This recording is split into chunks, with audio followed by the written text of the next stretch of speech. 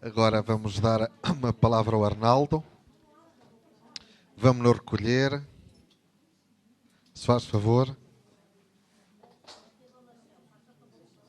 Então, vamos agora ouvir um tema que eu acho muito candente e importante, que é sobre o mal e a libertação do mal. Quando nós rezamos no Pai Nosso, mas livrai-nos de todo o mal, o Catecismo da Igreja Católica dá uma explicação. O mal a que se refere o Pai Nosso não é o mal em abstrato ou o mal em geral. O mal designa uma pessoa. É o maligno. Por isso mesmo, também o Catecismo diz...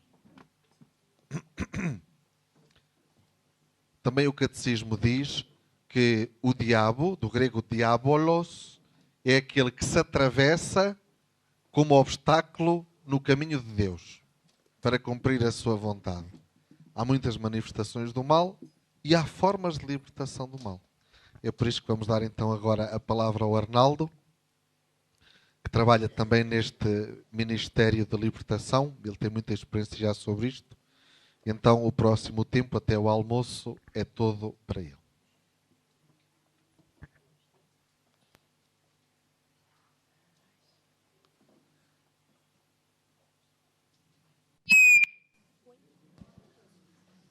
Quem estava a dormir já acordou. Peço desculpa.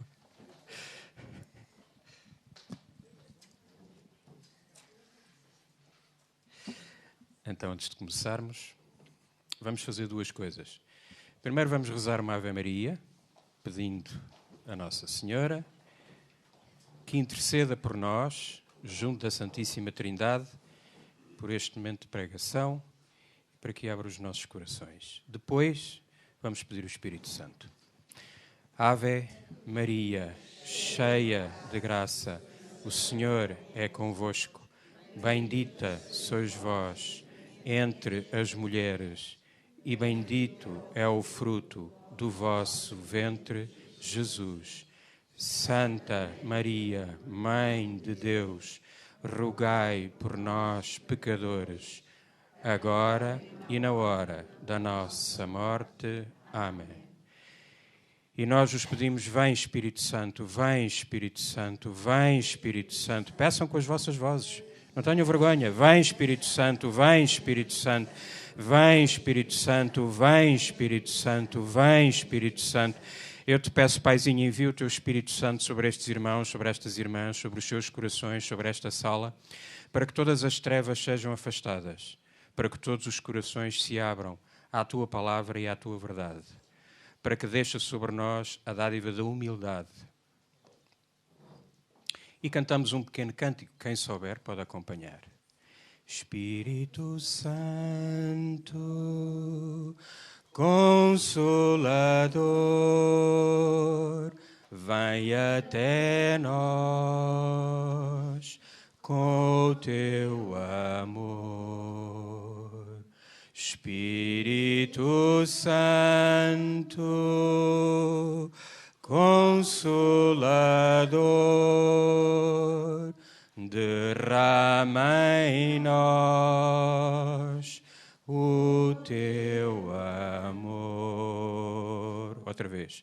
Espírito Santo, Consolador, vem até nós com o teu amor. Espírito Santo, Consolador, derrama em nós o teu amor. Aleluia, aleluia, aleluia, aleluia, aleluia,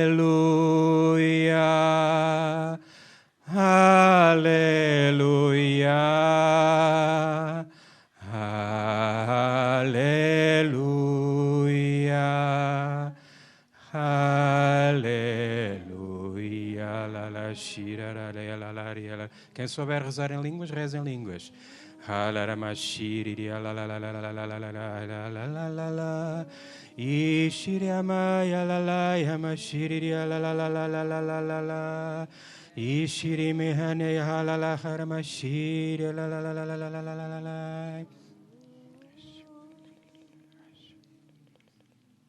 Podem se sentar.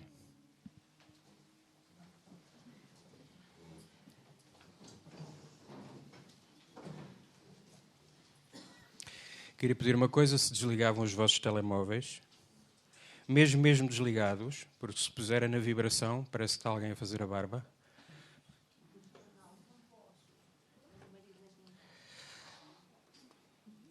Nosso Senhor toma conta.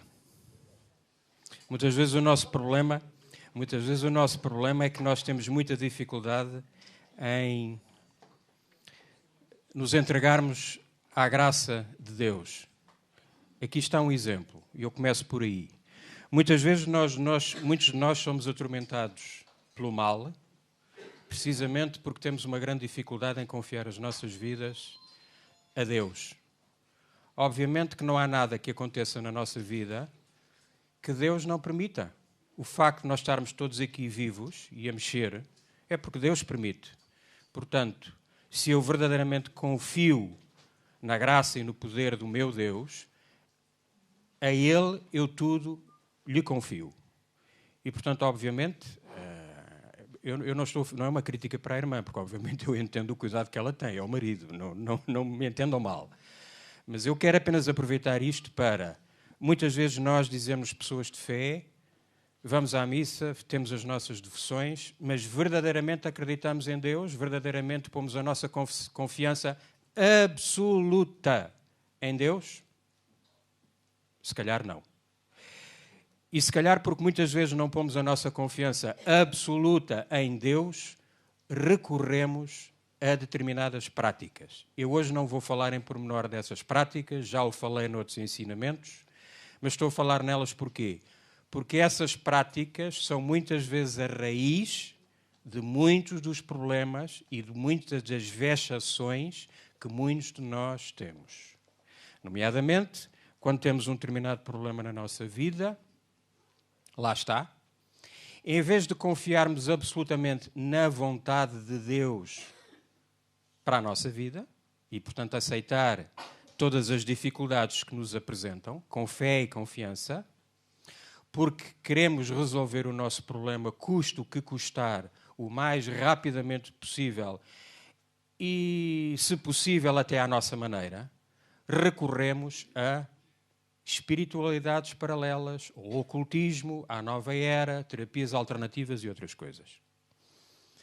Portanto, o primeiro ponto que eu vos queria focar é este. Nós temos de confiar absolutamente no nosso Deus.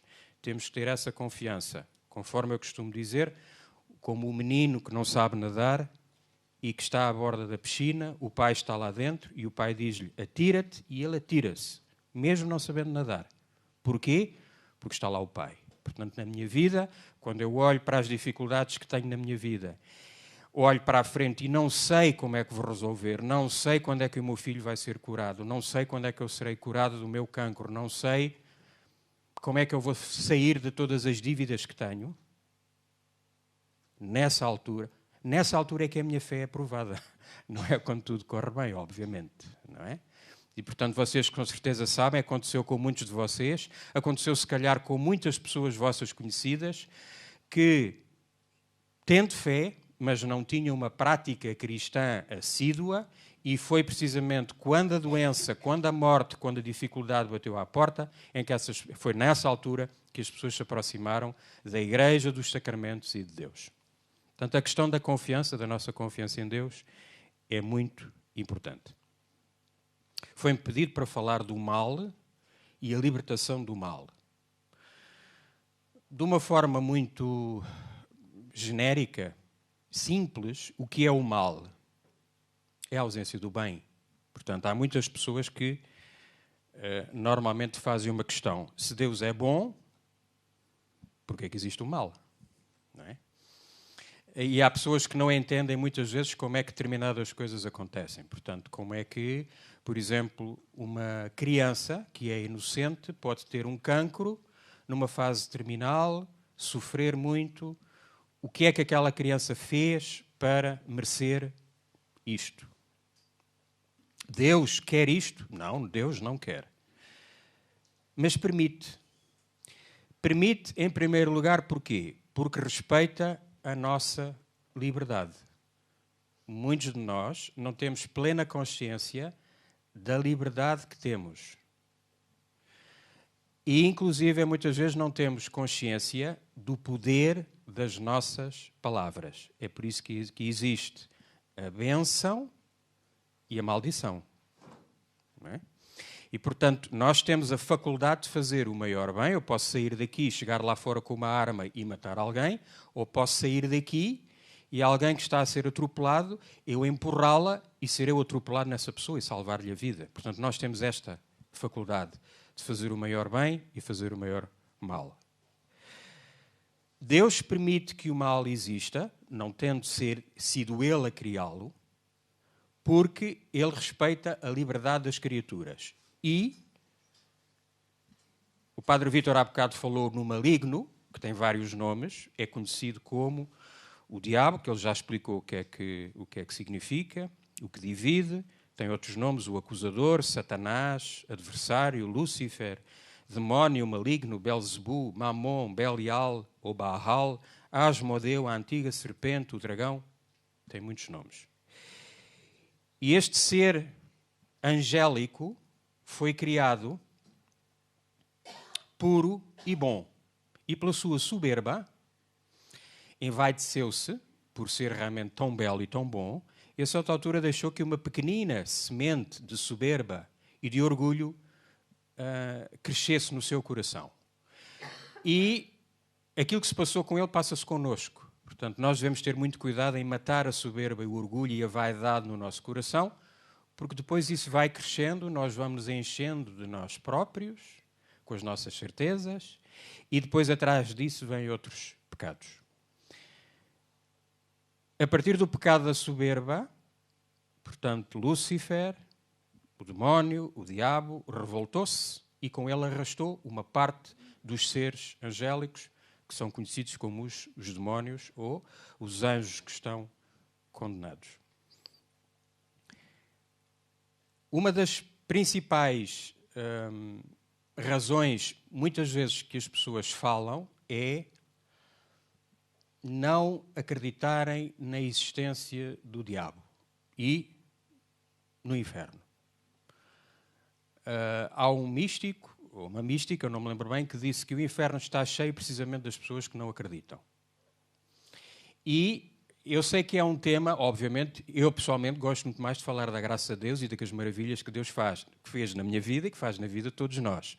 Mas, conforme um general que tem uma guerra para travar, precisa de conhecer as táticas do inimigo, e se houver um soldado que chegar ao pé dele e diga: "Ó general, eu já estou farto de você ouvir falar no inimigo. Eu já não quero ouvi-lo falar nas táticas do inimigo", o que é que esse general faz a esse soldado? Põe-o a andar. Porque, obviamente, se eu quero travar uma batalha, eu preciso de conhecer o meu inimigo. E aquilo que eu vos ponho de uma maneira muito clara, a todos vós, meus queridos irmãos e minhas queridas irmãs, é que se alguém aqui nesta sala tem alguma réstia de dúvida sobre a existência de um ser que não tem corpo, mas tem espírito, tal como nós, se põe em dúvida a existência desse ser, que é o diabo, tomem muito cuidado. Porquê? Eu também pensava assim. A minha caminhada na fé começou em retiros, portanto eu fui um homem que fui criado nas ideias da nova era, onde Deus não era, o conceito de Deus não era o nosso. Nós temos Deus Pai, Deus é Pai, é Filho e é Espírito Santo, a Santíssima Trindade. Para a nova era, para os conceitos que eu aprendi quando era jovem, isso não existia. É uma entidade, uma espécie de uma energia que está por todo o lado. E a isso se resume. Não há conceito de pecado, não há conceito de salvação nem de condenação.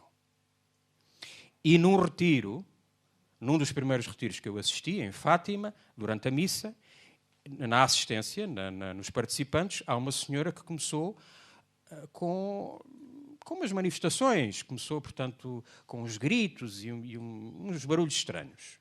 E o senhor padre pediu-me para eu me aproximar da pessoa e ver o que é que se passava com ela. Portanto, reparem que isto era praticamente o meu segundo ou terceiro retiro. Eu era um pintainho naquelas andanças. Eu pouco tinha visto. E ao aproximar-me da senhora, ela diz-me com uns olhos muito estranhos, com uma cara transfigurada e com uma voz de homem, que não era a voz dela, e diz-me: não te aproximes. Para mim, foi uma graça que Nosso Senhor me deu. Eu nunca tive medo destas coisas. E, portanto, como eu estava tranquilo, eu tinha-me confessado há pouco tempo, portanto, estava em paz e avancei. E a voz disse-me outra vez: ela é minha, eu não saio. E esta frase que eu ouvi nesse dia, ao longo da minha caminhada na fé e do meu ministério, que o Senhor me trouxe, já ouvi esta frase dezenas, centenas de vezes. Portanto, enquanto nós estamos a rezar por uma pessoa que tem vexação ou possessão demoníaca, em que o demónio que está lá dentro diz: eu não saio, ela é minha. Bom, porquê é que eu vos estou a falar disto de uma maneira tão acutilante? Porque o facto de nós tomarmos a devida atenção a estas questões pode fazer a diferença entre a condenação e a salvação. Comigo teve, porque vos garanto que naquele momento, e depois noutros, quando eu comecei a ver outras manifestações, quando comecei a ouvir uma coisa que nós chamamos os gritos do inferno, se calhar vocês já ouviram nos retiros às vezes, em que se ouve um grito que até arrepia, não é de cá, não é? Quando nós vemos uma menina franzina, que nós não a conseguimos agarrar, que parece um bicho, e outras coisas. Para mim, isso foi um empurrão, foi como que um pontapé nas costas na minha fé. Porquê? Porque eu já tinha começado a ler a Bíblia, e na Bíblia há vários relatos que diz, por exemplo, naquela tarde, Jesus curou todos os doentes e expulsou vários demónios. Ora bem, eu ainda estava um bocadinho imbuído daquele espírito de muita gente que diz, mesmo hoje dentro da nossa igreja, infelizmente, bispos e sacerdotes, que dizem que o diabo, como entidade, não existe. Nós todos temos o bem e o mal dentro de nós e, portanto, é com esse bem e mal que nós temos que nos haver. Ora, aquilo que eu estava a ver à minha frente era uma coisa que a ciência não explica, nem a razão à luz do mundo. Porque vejam, as pessoas podem dizer que são doenças psiquiátricas, que são distúrbios mentais. Tudo certo. Mas mesmo ao longo da minha caminhada neste ministério, assistem-se a coisas, e há casos que eu recebo, de pessoas que já correram todos os hospitais, psiquiatras, psicólogos, e que têm relatórios médicos que dizem, segundo a psiquiatria e a psicologia, não há nada que explique este comportamento. E depois nós vemos a pessoa, se eu a borrifar com água normal, ela não reage. Se eu a borrifar com água benta, ela manifesta-se. Se eu lhe mostrar uma cruz, ela manifesta-se. Se ela, por exemplo, quando estivermos a rezar por ela, ela tiver com os olhos fechados e nós abrirmos as pálpebras e ela tiver os olhos virados para cima ou para baixo, que é uma indicação clara de possessão, e se nós lhe pusermos o crucifixo à frente dos olhos, ela manifesta-se e não quer. Portanto, são muitas coisas. E isto serviu-me para uma coisa. Ao ver perante mim, e portanto eu estou a falar da parte das trevas, mas também já vi a outra parte. Eu já vi pessoas completamente desgraçadas da vida, como se diz em bom português, e porque foram a um retiro, porque se confessaram, porque aceitaram Jesus e Maria no seu coração, porque começaram a ir à missa, porque começaram a rezar o terço, e passados uns meses eu vejo-os no outro retiro e já não era a mesma pessoa, era outra, com uma alegria na cara. Um milagre. Curas físicas também, que são importantes, mas não são as mais importantes. Portanto, eu já vi os Atos dos Apóstolos à minha frente tanto de um lado, do lado da luz, como do lado das trevas. E isso serviu-me para eu olhar para a Bíblia e dizer, será que a Bíblia é a verdade? Ainda anteontem, eu estive a rezar por uma jovem que me dizia, ó Sr. Arnaldo, mas quem é que me diz a mim que a Bíblia é a verdade? Quem é que me diz a mim? Podem ser histórias muito bonitas, mas quem é que diz que ali é que está a verdade? Eu disse-lhe, olha, eu digo-te que sim, portanto dou-te a minha experiência, e tu experimenta. Experimenta como eu experimentei. Eu fiz essa experiência. Portanto, houve qualquer coisa que me disse, Arnaldo, cuidado, porque se calhar aqui está a verdade. Porque, obviamente, nós para confiarmos numa pessoa, a base da confiança, como é que se faz? Como é que nós confiamos nos nossos pais? Nós somos pequeninos, os nossos pais dizem-nos, tu podes e deves fazer estas coisas, tu não podes e não deves fazer estas. Há alturas em que nós experimentamos a fazer as coisas que os nossos pais disseram para não fazermos. E depois vemos que não dá certo. Logo, começa a criar dentro de nós uma confiança em que eu sei que aquela pessoa, as vezes todas que ela me disse determinadas coisas, batia certo. Ela sempre quis o meu bem. E ela sempre me disse a verdade, porque quando ela me disse, ou ele, aquelas coisas, eu vim a verificar, embora outras pessoas me tivessem dito, não te preocupes, isso não tem problema. Mas eu fiz, dei mal e disse, afinal, o meu pai tinha razão. Eu senti exatamente a mesma coisa com a Bíblia. Eu comecei a ver, quer nas manifestações das luzes e das trevas que se viam à minha frente, quer depois aplicando à minha vida, que as coisas mudavam. E que eu, em vez de fazer o que eu queria, coisa, aliás, que eu fiz durante muitos anos, e que acabou por me envolver num vício terrível, de pecado, quando eu comecei a fazer não o que eu queria, mas aquilo que Deus me diz, eu encontrei uma felicidade e uma paz e uma alegria que eu nunca tinha tido na vida. Isto não é, à luz do mundo isto não é lógico, porque a pessoa diz, então tu não fazes aquilo que gostas e que queres, e és feliz e tens paz? Como é que isso pode ser? É, exatamente. Portanto, quando eu abracei o meu Paizinho do céu, quando eu comecei a ler a Bíblia, quando eu comecei a ler a verdade e a pô-la em prática na minha vida, muito do meu pecado dissipou-se, até doenças físicas que eu tinha foram curadas. O meu grande vício foi curado, eu hoje estou curado. Para quem já viu o meu testemunho na internet sabe o que é que eu estou a falar. Eu era viciado em sexo, portanto, durante muitos anos eu levei uma vida desregrada, completamente viciado. Era como se fosse um verme. E o testemunho que eu dou é que Jesus resgatou-me. Através do sacrifício dele, através do seu exemplo, através das palavras que nos deixou, através do manual de instruções que ele nos deixou para a nossa vida. Nós tantas vezes perdemos tempo. A própria Bíblia diz que nos últimos tempos surgirão falsos profetas e fábulas. Nós perdemos tanto tempo, meus queridos irmãos e minhas queridas irmãs, com teorias, filosofias, coisas que parecem muito boas e que têm muito açúcar e que nos parecem muito apelativas, que diz, tu tens razão, tens direito a ser feliz, conhece-te a ti próprio, faz o que queres. E depois?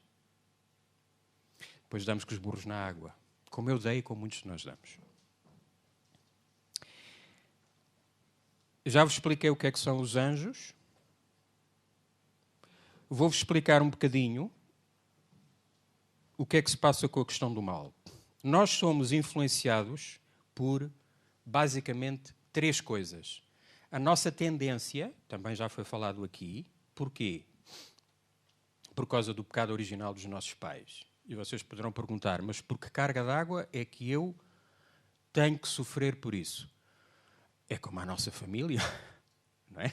Portanto, todos nós herdamos as características físicas do cabelo, do cor dos olhos, da nossa compleição, até às vezes dos gestos, dos tiques que temos, dos nossos pais, dos nossos avós. Vocês com certeza conhecem muitos casos de crianças jovens que não são sequer muito parecidos com os pais, mas que são a cara chapada do avô e da avó. Não é? Portanto, eles foram lá buscar. Não é? Pela genética, nós herdamos isso. Fisicamente. Espiritualmente também. Porque se vocês virem, muitos de nós temos a maneira de falar, temos inclusive a maneira de ser. Muitas das coisas nós herdamos da nossa família. Portanto, temos essa carga, boa e má. E herdámos-la também de Adão e Eva, os nossos primeiros pais. Portanto, essa é uma das coisas que nos leva a praticar o mal. É aquilo que normalmente a Igreja chama a carne. São os meus apetites. É aquilo que eu quero, aquilo que me apetece a mim e aquilo que me faz sentir bem. Porquê? Porque a nossa tendência normal não é para o sacrifício, não é para a renúncia.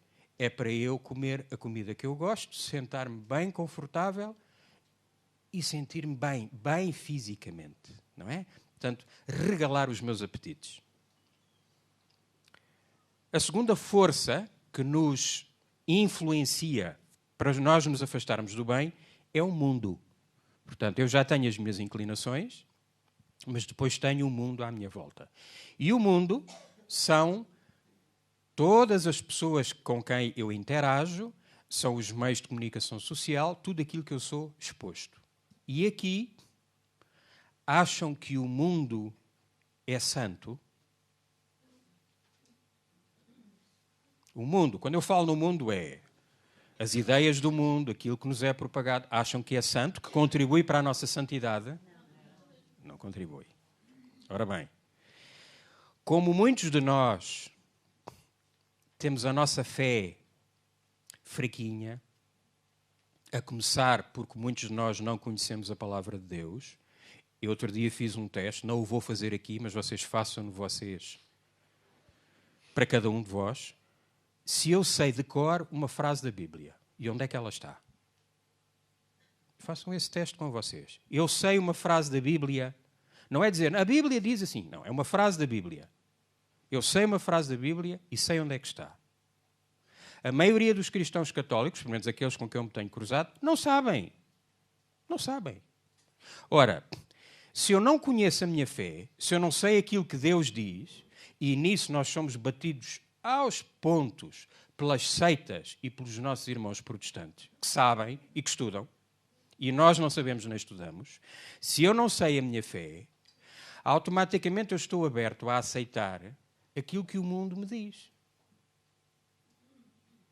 Se eu não sei os mandamentos de Deus, e não sei o mandamento que diz não matarás, e é tão simples, não matarás, facilmente eu sou induzido a aceitar o aborto e, por exemplo, a eutanásia.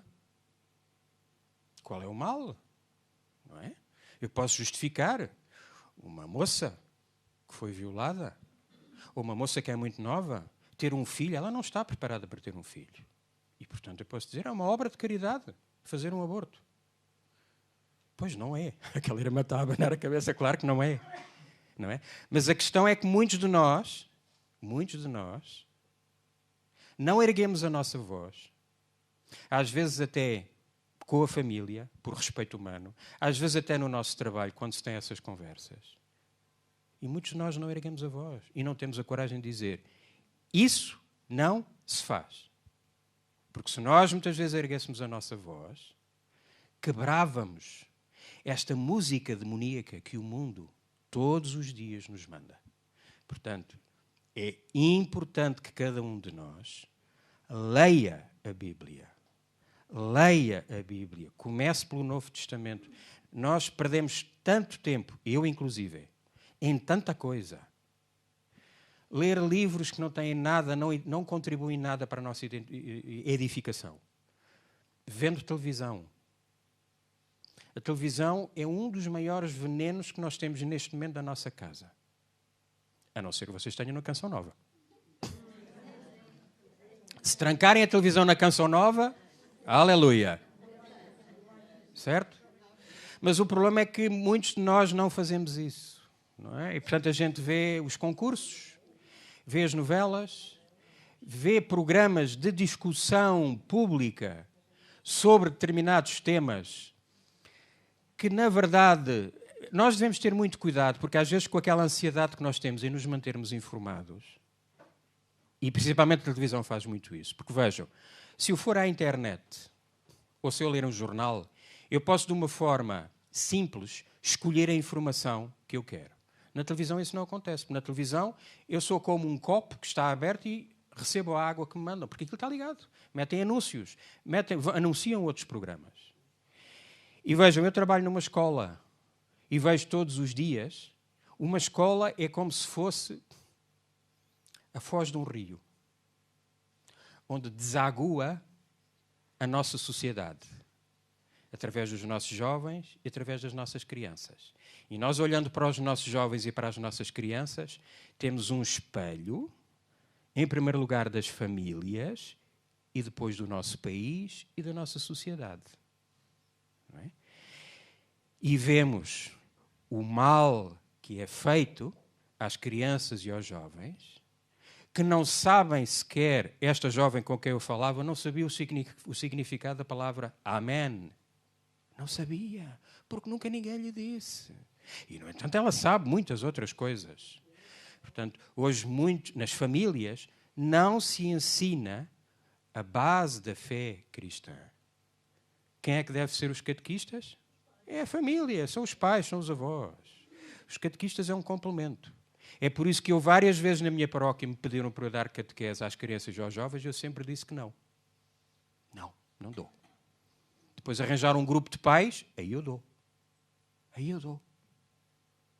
Obviamente eu não dou por várias razões. Primeiro porque eu não tenho jeito. A Claudina, a minha mulher, tem um dom para falar com as crianças. Eu não tenho esse dom. Mas sobretudo porque quem precisa de ser catequizado são os pais em primeiro lugar. Porque eu estou a ensinar a uma criança ou a um jovem o que é a fé. Ele senta-se à mesa com os pais, nem abençoam a refeição. Os pais muitas vezes mandam-nos à catequese, mas não vão à missa com eles. Não é? Portanto, agora a questão é, todos nós sabemos isto. O que é que nós vamos fazer para mudar isto? Para combater o mal? Então vamos propor-nos a nós próprios uma disciplina. Todos os dias eu vou ler um bocadinho da Bíblia. Um bocadinho que seja. Tirar o pó à Bíblia. Quantas das nossas Bíblias em casa estão cheias de pó? Porque há anos que nós não as manuseamos. Tão lindas, impecáveis, como no dia em que foram compradas. Uma Bíblia que quer-se rasgada, estragada, riscada, sublinhada, usada, suja, já com a capa a cair. Porquê? Porque isso é que denota que foi usada, que deu fruto. Está bem, meus queridos amigos? Mais uma coisa, e portanto, falei-vos em 3 coisas. A nossa tendência para o mal, o mundo que nos arrasta e que nos influencia, e depois o diabo, o enganador, o pai da mentira. E aqui alerto-vos para uma coisa. Nós também às vezes caímos num erro que é atribuir tudo ao diabo. Ele é mau, mas não tem tanto poder como isso. Uma das definições do diabo é o macaco de Deus, porque ele gosta muito de atenção, tempo de antena e de fazer barulho. Mas obviamente que muitas das coisas que acontecem na nossa vida, de quem é a culpa? É nossa. É nossa. É tão simples como isso. E, portanto, não vale a pena a gente empurrar para o lado e dizer, não, isso foi o diabo. O diabo é que me fez. Mas alguém te empurrou e te deu um pontapé para tu ires para dentro da casa da bruxa ou da cartomante? Não, ninguém. Depois lá dentro, sim, depois o diabo atuou, verdadeiramente. Mas foste tu que quiseste. Não é? E, portanto, devemos ter bem esta noção. Obviamente que o diabo depois atua. Atua nas tentações. Portanto, e aí eu depois vou entrar na atividade ordinária e atividade extraordinária do demónio. E aqui eu digo-vos, eu costumo dizer que todos estamos possessos. E não olhem para mim com essa cara, eu explico. Porquê? Porque todos nós pecamos. Ora, se eu peco, e a própria Bíblia diz, quem peca é filho do diabo, se eu peco, automaticamente o diabo tem possessão sobre mim. Certo? Essa é a atividade ordinária. E como é que o diabo faz isso? através de nos induzir a fazer determinadas coisas, ele não pode atuar sobre a nossa vontade, mas pode sugerir. Ele tem esse poder, espiritualmente, de nos sugerir a fazer determinadas coisas, de nos influenciar. Mas, em última instância, eu tenho a minha vontade. E, portanto, eu posso me sentir tentado a fazer determinada coisa, mas eu digo, eu não quero, não vou. Não vou. Para trás. Essa é a primeira coisa. Segunda, o diabo pode-nos influenciar e tentar através de circunstâncias que ele pode criar à nossa volta ou de pessoas. Basta pessoas que não estão minimamente em graça, inclusive que estão em pecados graves, pecados mortais, e que são presa fácil para a ação do demónio. O demónio pode suscitar àquela pessoa, àquela mulher linda, escultural, bem feita e bem arranjada, para vir ter comigo e me tentar. Percebem? Portanto, são as várias maneiras como nós podemos cair na tentação do mal. Depois vem esta atividade ordinária, que é a atividade que todos nós nos confrontamos. É as tentações, é a nossa inclinação para o pecado e é depois o diabo que faz as condições para tentar que a gente caia. Porque, em última instância, o que é que o diabo quer? Que todos nós nos percamos, que todos nós nos condenemos. Porque, vejam, a sua primeira prioridade é destruir a obra de Deus. Nós, criaturas, feitos à imagem e semelhança de Deus, com o livre-arbítrio, com a capacidade de sermos santos ou demónios. Santos ou demónios. Todos nós que estamos aqui podemos ser santos. Todos. Aliás, é para isso que o Senhor nos chama. Sede santos como o vosso Pai do céu é santo. Só depende de nós. Só depende de nós.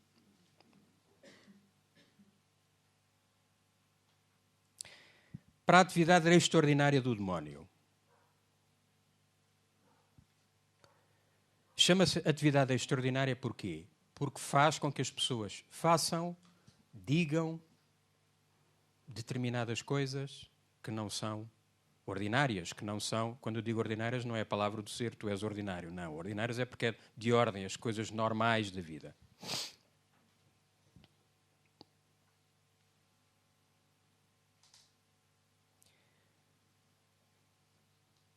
Dos vários casos, das várias tipos, eu não vos vou falar muito disto, porque obviamente não vos vou dar um curso de demonologia ou de exorcismo. Porquê que eu vos falo nisto? Porque às vezes nós temos nas nossas famílias alguém que desmaia frequentemente. Ou alguém que vai à missa e numa igreja tem desmaios. Ou alguém que, por nada, arrota compulsivamente. Ou alguém que lhe pôs um escapulário ou um terço bento ao pescoço e a pessoa começou a tremer e a doer-lhe a cabeça e a dizer que não sentia bem. Ou alguém que cada vez que reza ao terço não consegue, dói-lhe a cabeça, sente-se estranha. Isto que eu falei são pequenas indicações do que pode ser. Obviamente a pessoa pode ter uma enxaqueca e, portanto, isso não precisa do exorcismo, precisa tomar uma aspirina, não é? Mas, obviamente, que há casos em que a pessoa pode ter esse problema. Antes de eu entrar na atividade extraordinária, vou-vos falar como é que a pessoa pode chegar a estar num estado destes. Quais são as causas? A primeiríssima causa é o pecado. E eu vejo muitas pessoas, por exemplo, se eu vos perguntar, aqui quem é que tem medo do diabo? Todos têm medo do diabo. Pronto. Mas algumas pessoas têm, ou em algumas circunstâncias têm medo do diabo. Agora eu faço-vos outra pergunta. Quem é que tem medo do seu pecado? Quem é que tem medo do seu pecado? Ponha o braço no ar.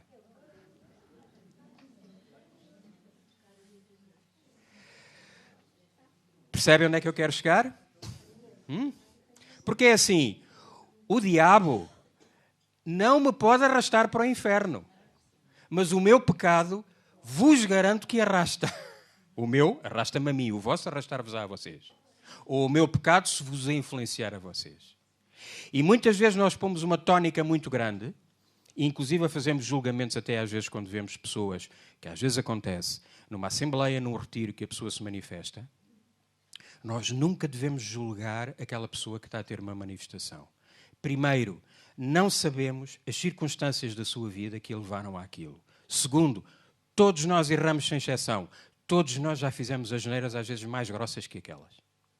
E, portanto, não devemos emitir qualquer julgamento quando vemos uma pessoa assim. Não. Com muita caridade e amor, rezar pela libertação daquela pessoa. Não é?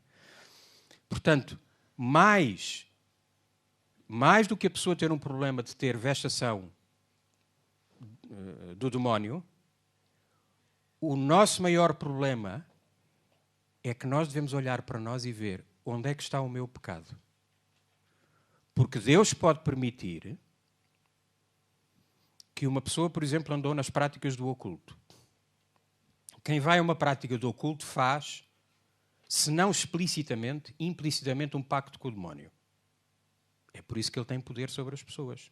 Porque eu, se vou a uma bruxa, uma cartomante, ou ao tarô, ou ao reiki, ou outras práticas, eu viro as costas a Deus. Em vez de eu ir ter com Deus, ir em frente do sacrário e dizer: Senhor, tem misericórdia de mim, cura-me, livra-me deste mal, eu não faço isso. O que eu faço é, eu não confio em ti, viro-lhe as costas e vou ao ocultismo à procura da resolução do meu problema. Portanto, na raiz de tudo está o meu pecado. Portanto, a minha falta de confiança em Deus é o primeiro mandamento. O primeiro mandamento diz: amarás o Senhor teu Deus com todas as tuas forças e acima de tudo. No momento em que eu não amo e não ponho a minha confiança em Deus, eu já estou a atentar contra o primeiro mandamento. É por isso que a ida a todas as práticas de nova era e ocultismo atenta logo, em primeiro lugar, contra o primeiro mandamento. Logo aí está uma raiz de pecado. Pior ainda, se eu me ponho a dizer consagrações e determinadas, entre aspas, orações que são ditas nessas práticas, se eu levo para a minha casa coisas que são um sacerdote, abençoa um crucifixo. Um praticante do ocultismo faz uma reza, faz uma consagração a um determinado objeto que depois levo para a minha casa, enterro no meu quintal, ou vou pôr um prato com sal, ou azeite, ou água. Eu estou a fazer bruxaria em minha casa. Estou a ser um pagão. O meu pároco disse uma vez, num sítio onde nós estávamos, que muitos de nós somos pagãos batizados. Pagãos batizados. Porquê? Porque nós, na verdade, somos batizados. Eu penso que todos que estamos aqui somos batizados. Mas vivemos como pagãos. Muitos de nós vivemos como pagãos. Não conhecemos a nossa fé. Não vamos aos sacramentos. E depois recorremos a práticas pagãs. Portanto, somos pagãos. Nós dizemos que somos cristãos. Eu sou católico. Tenho muita fé. Mas depois a nossa prática, a nossa vida, não é isso que diz. Portanto, a raiz, porque que as pessoas podem ser vexadas, ter obsessão ou ter possessão pelo maligno, pelo demónio. Primeiro, pelo pecado. Segundo, pela não ida aos sacramentos. E vejam, há uma coisa que se chama na igreja, que é o combate espiritual. Eu preciso ter fé em Deus, inequívoca, e preciso de me reforçar, de me alimentar. Conforme eu alimento o meu corpo, eu preciso de alimentar a minha alma. Quando nós no Pai Nosso rezamos o pão nosso de cada dia, normalmente nós pensamos na bucha. Certo? O pão nosso de cada dia, Senhor, não me faças passar fome, enfim, que eu consiga pagar as contas da água e da luz e os seguros e essas coisas. Mas há um outro pão que é muito mais importante, que é o pão que alimenta a nossa alma. A alma que não morre, porque o nosso corpo um dia vai para os bichos. Não é? Mas a nossa alma não. Não é? E, portanto, quando nós rezamos o Pai Nosso e pedimos o pão nosso de cada dia, são 2 pães. É o pão físico, mas sobretudo o pão espiritual. E para eu me alimentar com o pão espiritual, tenho que ir à Bíblia. Tenho que ir aos ensinamentos, ao catecismo, o que a Igreja diz. Portanto, pecado, não sei a minha fé, logo não me posso proteger, tenho as portas escancaradas ao inimigo, não vou aos sacramentos, sobretudo ao sacramento, já foi falado aqui, da confissão, da reconciliação, que é um sacramento de cura e libertação. Há muitas pessoas que no meu ministério escrevem-me a dizer: eu preciso de um exorcismo. E já se confessou. Não. Há muitos anos que não me confesso. Então, se quer ver livre do mal, vá-se confessar. Essa é a primeira coisa. Não é? Que já foi dito ainda há bocado, a irmã dizia, houve alguém que falava nisso, portanto, em ter a casa limpa. Não é? Portanto, vou recapitular. Raiz o pecado. Não conhecemos a nossa fé. Não vamos aos sacramentos. Primeiro, confissão. Se nós formos à missa, em muitas missas, praticamente toda a gente vai comungar. Mas quando há confissões, quem é que lá está? Uma percentagem mínima. Logo, eu sou levado a pensar que Portugal tem muitos santos. Então não é? Se as pessoas vão comungar e raramente se confessam, já são santos. Não é? Eu, pelo menos, penso assim. Ou pelo menos quero acreditar. Não é? Bom.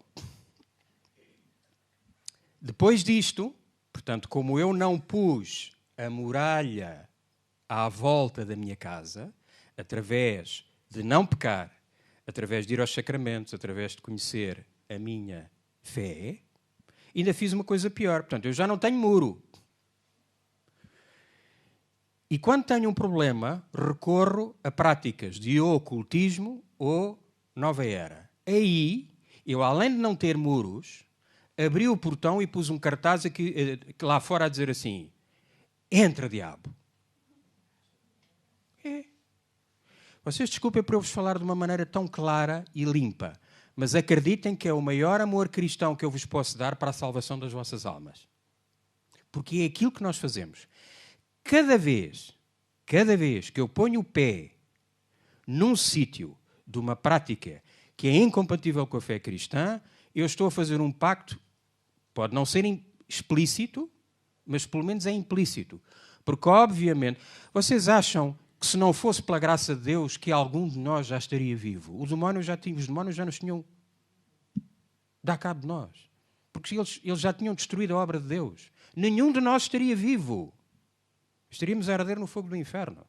Só a graça de Deus é que põe um travão. Foi por isso que eu vos disse, o demónio pode ir até que Deus permita. Não é? Mas nós, com a nossa livre vontade, e porque Deus respeita a nossa livre vontade, e porque não nos pomos do lado de Deus, pomos do lado das trevas, Deus respeita. Só que Deus, como um pai amoroso, diz: meu filho, eu avisei-te. Eu avisei-te. Oh pai, mas o carro é meu, eu trabalhei, o carro é meu, eu é que pago o gasóleo, portanto tu não tens nada a ver com a minha vida. Certo, meu filho, eu respeito. Mas olha, cuidado, não batas num poste. É exatamente a mesma coisa que Deus faz connosco. E, portanto, o último estágio deste caminho de condenação, pecado, não conhecer a fé, não ir aos sacramentos e depois ainda por cima nos envolvermos em práticas de ocultismo nova era, é um caminho de perdição. Porque aí caímos nos braços do demónio. E ele depois faz o que quer da nossa vida. E depois, obviamente, há muitas pessoas que dizem: Sr. Arnaldo, depois de elas terem tomado consciência, de se terem confessado, terem mudado de vida, mas, obviamente, isso muitas vezes não chega para que elas se vejam livres das vexações e das possessões. E depois nós andarmos meses e às vezes anos a rezar pelas pessoas, elas dizem: Sr. Arnaldo, quando é que eu me vejo livre disto? E a pergunta que eu faço é: e quantos anos tu andaste a ir às bruxas? Quantos? Eu andei 4 ou 5 anos. Então, estás há 3 meses a ter oração de libertação? É. O problema é que a gente esquece muito facilmente destas coisas. É?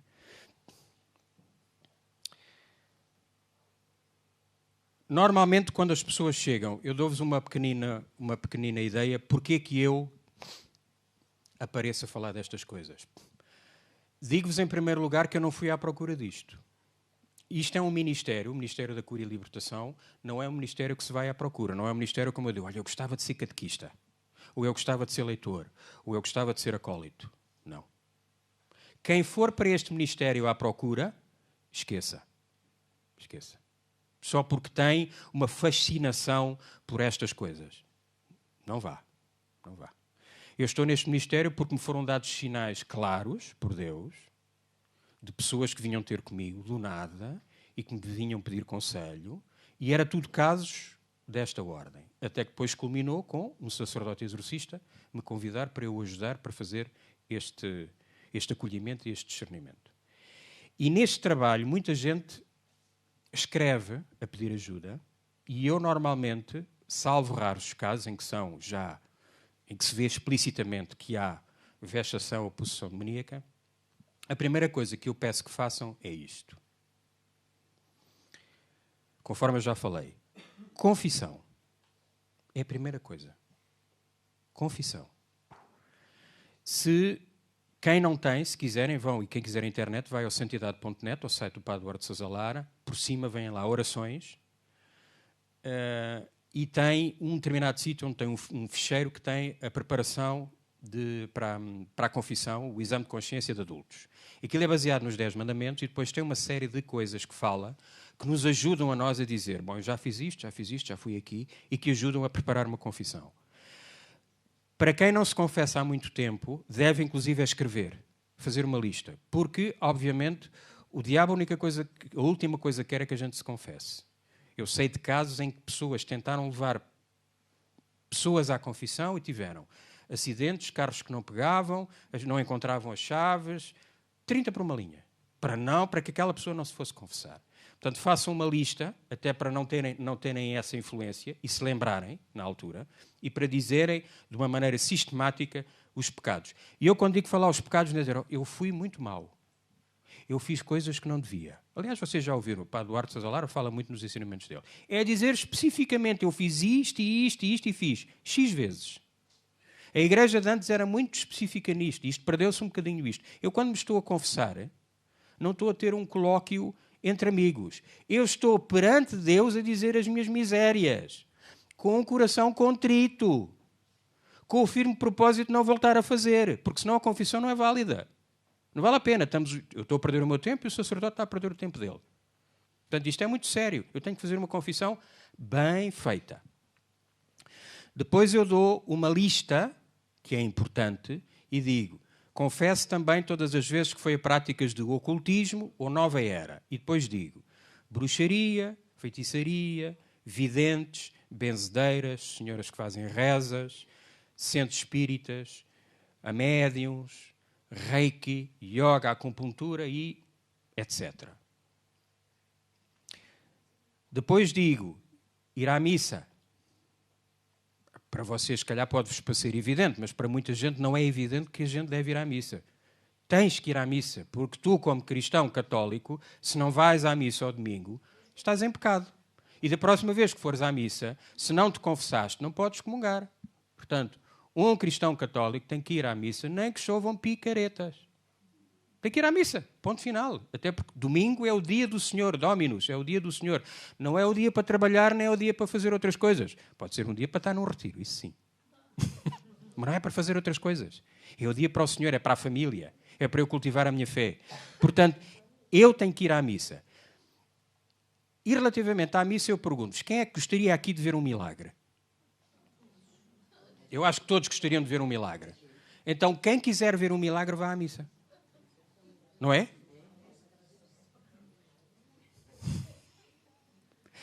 Outro dia fiz a pergunta, as pessoas ficaram a olhar por de lado para mim. Queres ver um milagre? Vai à missa. Porque está lá um bocadinho de pão e um bocadinho de vinho e aquilo não representa. É o corpo de Cristo. É o sangue de Cristo.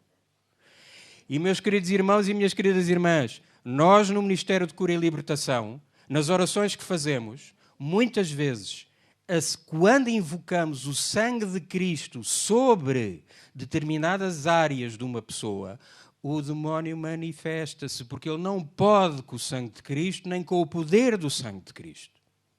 Entendem?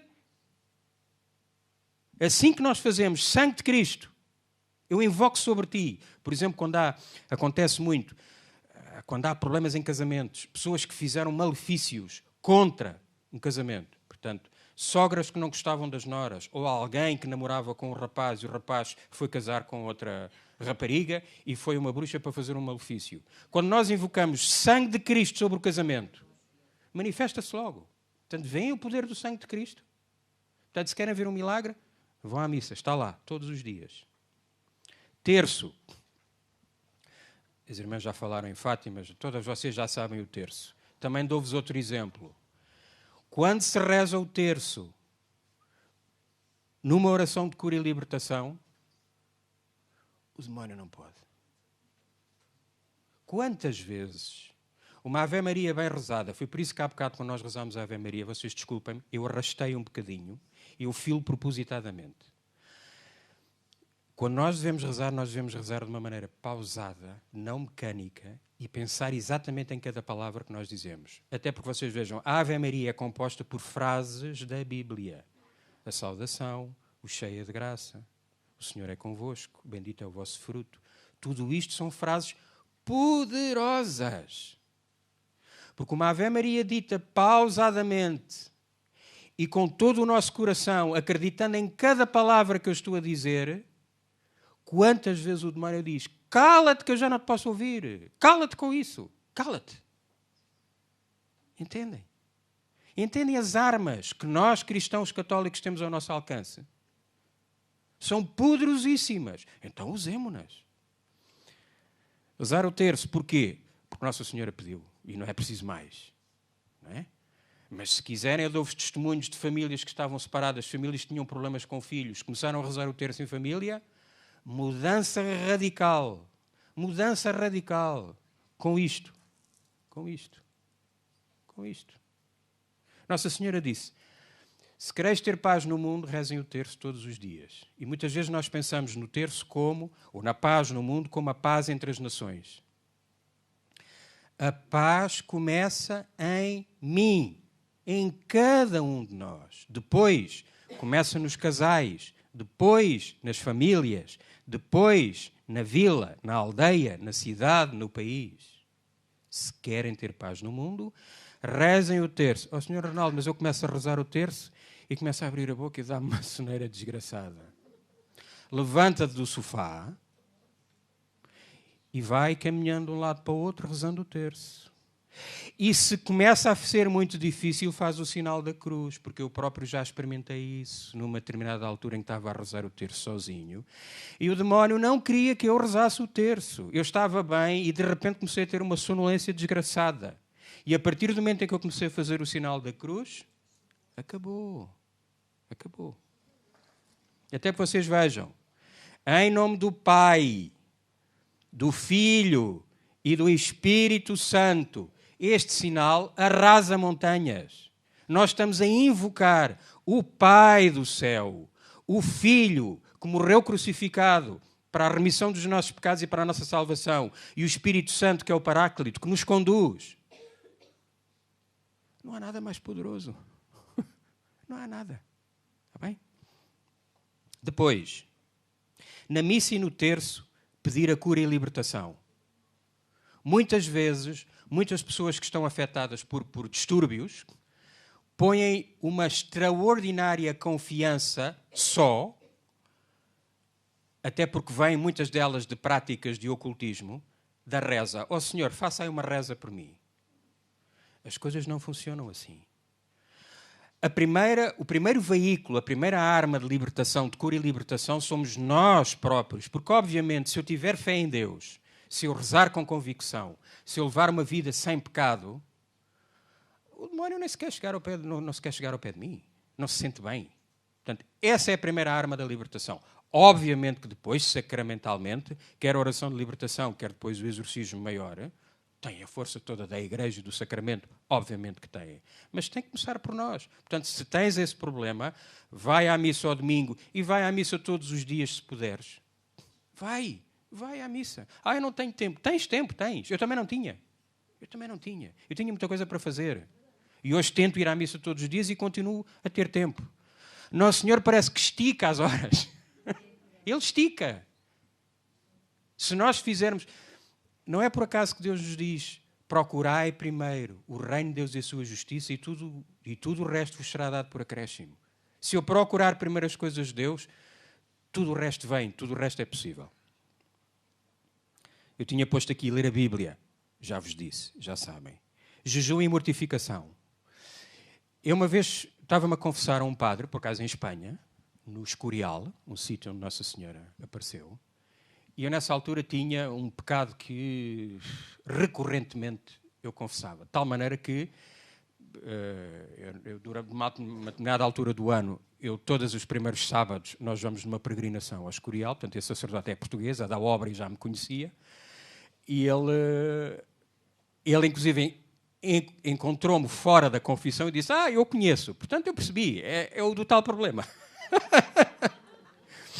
E numa das confissões ele disse, meu filho, meu irmão, mortifica-te. E mortifica-te começa pelas pequenas coisas. Eu gosto tanto de chegar a casa e comer um bocadinho de chocolate, ou ver aquele programa, não faças. Entrega isso. Porquê? Porque se tu te mortificares nas pequenas coisas, conforme o pecado, os pequeninos pecados, se não forem esmagados e corrigidos, os pequenos defeitos, os pequenos vícios, mais tarde ou mais cedo levam a grandes pecados, a grandes vícios. A mortificação, se for feita, mais tarde ou mais cedo leva-nos a mortificações maiores. E, portanto, se eu começar por pequenas coisas, a pessoa diz, mas qual é o mal de eu comer um bocadinho de chocolate? Mas, verdadeiramente, tu podes te alimentar com... Eu estou a falar da comida, mas a mortificação não é só com a comida. É muitas vezes com a língua. Eu hoje não vou criticar. Não vou criticar. Não vou emitir juízos. Vou... que é tão difícil. Não é? É tão difícil. Porque a gente está a olhar uns para os outros e estamos a falar e já estamos a fazer julgamento. Porque aquela ali deve ser uma boa pessoa. Aquele ali tem um aspecto... A gente faz logo isso. Não é? Portanto, fazer esta mortificação. E a verdade é que eu vi, não só no jejum, porque comecei a fazer, e noto isso, além de de ser muito bom fisicamente, porque nos limpa, automaticamente nós fazemos umas determinadas horas em que o organismo vai buscar uma série de coisas em excesso, tem depois a parte espiritual em que o padre Paulo Ricardo, num dos seus ensinamentos, dizia, se um homem não consegue resistir a um prato de comida, como é que ele vai resistir a uma mulher? Não é? Portanto, comecemos pelas coisas pequenas. E eu digo isto para quem tem problemas espirituais, enfim, de vexação ou de possessão, mas para cada um de nós, para a nossa vida, no dia-a-dia. Eu privar-me, eu mortificar-me. Aliás, Nossa Senhora pediu, os pastorinhos deram exemplo disso. Não só por mim, para o meu crescimento espiritual, mas para a remissão dos meus pecados, para a remissão dos pecados da minha família, para a remissão dos pecados de quem está no purgatório, conforme Nossa Senhora disse, pelos pecadores, pelos pobres pecadores do mundo, que eu sou o primeiro. Não é? Portanto, façamos isso. O que é que eu vos posso dizer mais? É a adoração. O céu falou. A adoração. E porquê a adoração?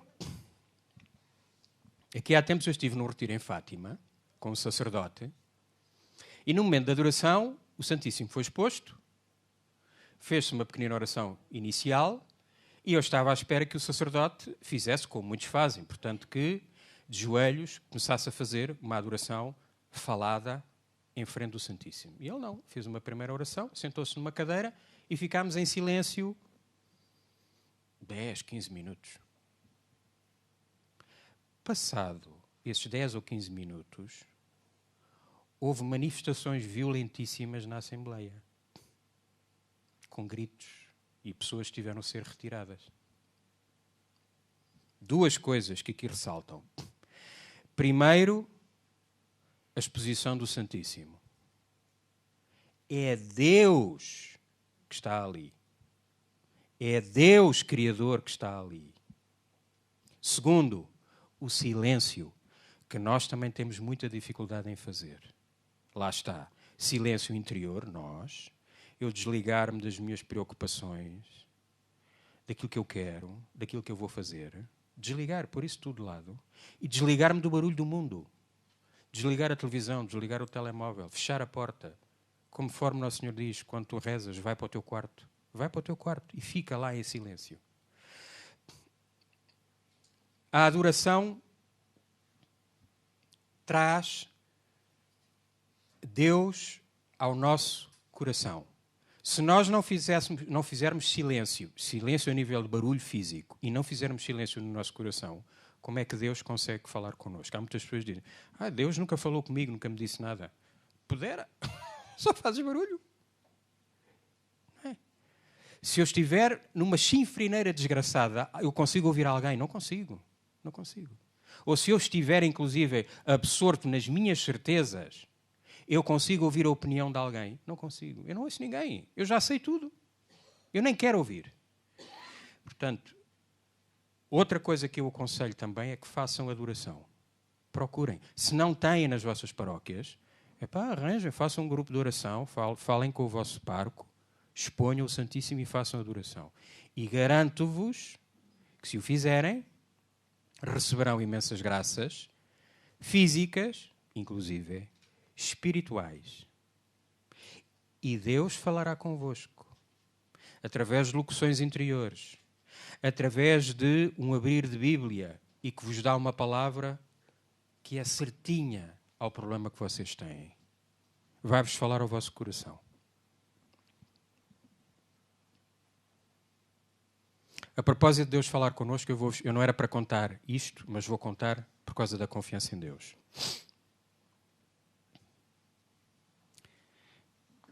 Houve uma altura em que eu estive desempregado muito tempo e falaram-me que havia alguém que tinha, em África, num país em África, que tinha um negócio de pescas. Mas essa pessoa esteve doente, regressou a Portugal, teve-se a tratar e ficou sem dinheiro, porque teve cá um ano e tal, e portanto ficou sem dinheiro. E estava à procura de alguém que fosse com ele, ou capitalizasse o negócio, ou fosse com ele como sócio. Eu já vivi nesse sítio onde ele ia e tivemos uma reunião. Ele explicou-me como é que eram as coisas. Ele tinha os contactos com os pescadores, tinha contactos com os hotéis, com os restaurantes e, portanto, aquilo era garantido. Ele tinha carrinhas de frio, sabia onde é que havia gelo e, fazendo aquela distribuição, ganhavam-se facilmente. Isto já foi há uns anos atrás, obviamente a realidade nesse país agora é diferente, mas naquela altura se ganhavam uns milhares de dólares por semana. Ora bem, pescas, eu sempre gostei de mar. Era num sítio onde eu vivi uma parte da minha juventude e fui muito feliz. E, portanto, aquilo parecia caidinho do céu para resolver aquele meu problema. Aliás, eu já tinha dito à minha mulher que qualquer dia era uma hipótese eu ir para esse país. Entretanto, no decurso da conversa, ele diz-me que ele tinha-me dito que tinha cá a mulher e o filho, porque lá não havia escolas boas, e que até tinha uma vantagem, que tinha o cartão de residente, porque tinha perfilhado uma menina de uma amiga dele. Foi falando e eu apercebo-me que o senhor tinha uma vida dupla. Portanto, tinha cá a mulher e o filho, não é? Arranjou lá uma amiga, fez-lhe uma filha e, portanto, tinha uma vida dupla. E aqui, eu trago-vos à memória, não sei se vocês se lembram, mas havia em tempos na televisão um anúncio de uns iogurtes, em que havia uma atriz muito bonita, estava a comer iogurte e havia um diabinho de um lado e um anjinho do outro. E o anjinho dizia, come, é bom, come. E o diabinho dizia, come, não faz mal, não engordas, come. E o anjinho dizia, tem cuidado, é melhor comer sem açúcar. Enfim, essas coisas. E, portanto, as duas condições, do anjinho e do diabinho. E ali eu senti isso. Porquê? Eu tinha muita vontade de fazer aquilo porque era uma coisa que eu gostava e ia resolver os meus problemas. E mesmo com a caminhada que eu tinha, eu estava a pôr à borda do prato aquela questão. Porque o que eu estava a dizer para mim próprio era isto. Eu não tenho nada a ver com a vida do senhor. Eu vou só fazer negócios com ele. Portanto, aquilo que ele anda a fazer, eu não tenho nada a ver com a vida dele. Será assim? Então, porquê? Qual é o mal? Ele é que sabe da vida dele. Pois não é. Porque para um cristão, eu só não tenho que guardar a minha alma, mas tenho que guardar a alma dos meus irmãos e das minhas irmãs. E, portanto, conforme a Bíblia nos diz, corrigi-vos com amor e caridade uns aos outros. E não embarcar num negócio, numa sociedade, com uma pessoa que está naquela maneira. Epá, mas eu queria muito aquilo. Então eu chego a casa, porque não estava em paz, eu tinha que tomar uma decisão. Eu nessa altura não fazia isso muito, hoje já faço com mais frequência. Fui à mesa de cabeceira, tinha lá a Bíblia e disse: Senhor, ajuda-me, eu não sei o que é de fazer, dá-me uma palavra, orienta-me. E abri a Bíblia. E começo a ler e vejo os méritos da sabedoria, a sabedoria, e digo, estou tramado, não percebo nada do que é que está a querer dizer, nada. Ok. Fechei e no fim do dia a Claudina chegou a casa e eu contei-lhe o que é que se tinha passado. E ela muito sabiamente diz-me assim: então mas vai lá no sítio onde abriste a Bíblia e vai ao início. De onde é que vinha a frase? E a frase vinha da página anterior. Eu virei a página. Obviamente que é uma leitura que eu nunca mais me vou esquecer, é Provérbios 1,15. Então aquilo que o Senhor me disse naquela altura foi isto: não andes com eles, meu filho. Afasta os teus pés das suas veredas, porque os seus passos correm para o mal e apressam-se a derramar sangue. De balde se lança a rede diante dos olhos das aves. E estávamos a falar de pescas. Eles armam emboscadas que são contra si mesmos e atentam contra as suas próprias vidas. Tal é a sorte do homem, dominado pela ganância, pois ela, a ganância, tira a vida àquele que se lhe entrega. Querem mais claro que isto? Não há, pois não? Ora bem, como eu fui obediente, e portanto o papel da obediência na nossa vida é muito importante, porque se eu for rebelde àquilo que Deus me diz, àquilo que Deus me mostra, àquilo que Deus quer da minha vida, obviamente Deus não vai interferir, pode-me pôr umas pedras pelo caminho. É por isso que muitas vezes nós temos doenças e temos determinados problemas na nossa vida e dizemos: porquê, Senhor, o que é que eu fiz para merecer isto? E não vemos essas dificuldades como uma graça. Não é? E devíamos vê-las como uma graça, que nos iriam ajudar a aproximarmos dele. Mas muitas vezes a gente não vê. Portanto, eu fui obediente, não fiz, não fui, e disse: muito bem, então eu não vou mais à procura de trabalho. Tu é que me vais arranjar um trabalho. Então não é? Não, porque a confiança é esta. Vejam, nós devemos ter um relacionamento pessoal, íntimo com Deus. Deus não é uma coisa distante que está lá. Não. Ele é o nosso Pai. Um Pai está perto. Portanto, eu digo, eu já tentei. Isto era uma coisa que eu queria. Está bem? Tinha aquela coisa ali que não estava muito bem. Tu já me disseste de uma maneira muito clara, deste uma palmada na mão e dizer: não te metas nisso, não faças isso. Então arranja-me tu um emprego. E não fiz nada. Obviamente que rezei. Não é? E entreguei essa intenção. E a verdade é que o Senhor não me arranjou um, mas arranjou-me 2 empregos. Não é? E até hoje, graças a Deus, não nos falta nada para ter uma vida digna. Obviamente que eu já ganhei muito mais dinheiro na minha antiga profissão. Mas não era feliz, nem tinha paz como tenho hoje. Hoje sou feliz e tenho paz. Não é? E depois, como Deus tem um sentido de humor muito grande, eu toda a minha vida disse que nunca iria trabalhar numa escola. Toda a minha vida eu disse: eu trabalhar numa escola? Não. Ouvir gritos de crianças e confusão e miúdos? Não. Isso não é para mim.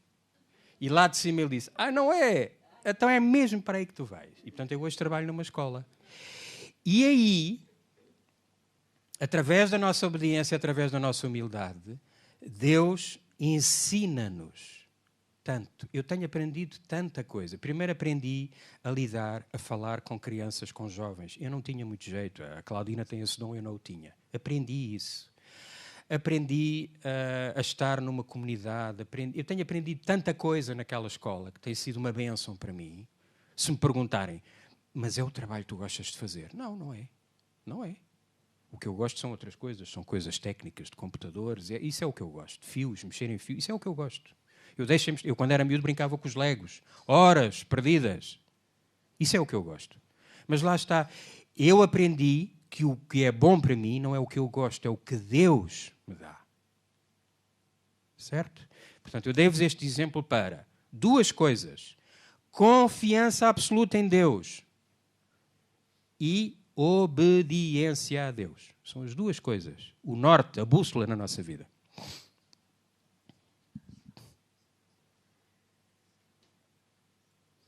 Eu ia-vos perguntar se vocês queriam fazer um intervalo. Vocês estão a dormir ou querem? Porque é assim, a opção é, ou eu continuo, pronto, para vocês também não irem almoçar muito tarde. Se vocês estiverem mesmo já fartos de me ouvir e a dormir, a gente faz um intervalo.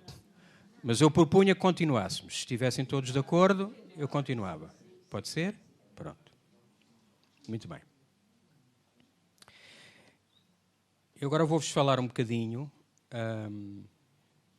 mais no que tem a ver com esta parte mais específica, portanto, do mal e da libertação do mal. Eu já vos expliquei que a parte principal para a nossa libertação, portanto, alguns de vocês provavelmente já viram em alguns retiros, em algumas assembleias, ou até em grupos de oração, nas suas circunstâncias, já viram pessoas que são atacadas pelo demónio. O que é que se passa? Nós, com a nossa vontade, Deus deu-nos a faculdade de, através do nosso espírito, da nossa alma, controlarmos o nosso corpo. Nós somos um só. Mas são muitos os casos de pessoas que eu conheci em retiros que, após terem uma profunda conversão e uma profunda mudança de vida, a cara delas e deles mudou. Isso passou-se comigo. Há uma senhora austríaca, nossa amiga, que me conheceu no meu início de percurso e que, passado 1 ano ou 2, vinha a um retiro aqui em Fátima, do sacerdote com quem nós trabalhávamos. Eu fui buscá-lo ao aeroporto. E ela chega ao pé de mim e diz-me assim: Arnaldo, o que é que te aconteceu? A tua cara brilha. Eu não tinha notado isso em mim, mas ela viu que a minha cara estava diferente, estava radiante, estava feliz. Portanto, a nossa condição espiritual influencia também, em grande medida, a nossa parte física. E mais vos digo, muitos cancros, muitas doenças graves que nós temos, não são mais nem menos do que a consequência de falta de perdão, azedume, obstinação da nossa parte, que criam as condições não só espirituais, mas até fisiológicas. Os próprios médicos hoje já explicam isso. O nosso organismo liberta determinadas hormonas, determinadas substâncias, pela nossa ansiedade, pela maneira como nós nos comportamos. E isso depois reflete-se na nossa cara, reflete-se no nosso corpo. Portanto, se querem ter saúde, sejam santos. É simples. E levam as farmacêuticas à falência. Não é? Sejam santos, amorosos, pacientes, humildes. É simples.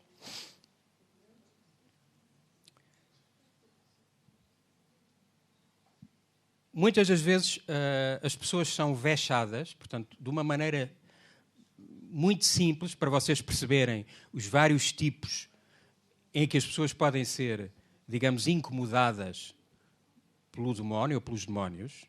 A forma mais simples chama-se vexação. E são pessoas que normalmente, por exemplo, arrotam compulsivamente, têm alguns desmaios, têm dificuldade em rezar, distraem-se facilmente quando estão na oração. A seguir, a pessoa pode ser aquilo que se chama normalmente possessa. E porquê que é possessa? Porque o diabo, o demónio, toma posse, neste caso, do corpo, das faculdades da pessoa. E aqui há dois tipos. Há casos em que a pessoa continua consciente, portanto é como se o demónio tomasse conta do meu corpo, eu dou um passo atrás, fico como na segunda cadeira, e o demónio fica na primeira fila e toma conta da minha voz, dos meus olhos, do meu corpo. Portanto, eu lembro-me de tudo aquilo que se passou, só que eu não tenho forma de agir sobre o meu corpo. Na forma mais agravada, eu pura e simplesmente desligo. Portanto, a pessoa entra num transe profundo em que só o demónio é que fala e só o demónio é que tem poder sobre o corpo e eu não me lembro de nada. Não sei o que é que disse, não sei o que fiz. Há também uma outra forma, que é a obsessão, em que a pessoa tem pensamentos compulsivos de morte, de manias, e ela própria não consegue afastar isso.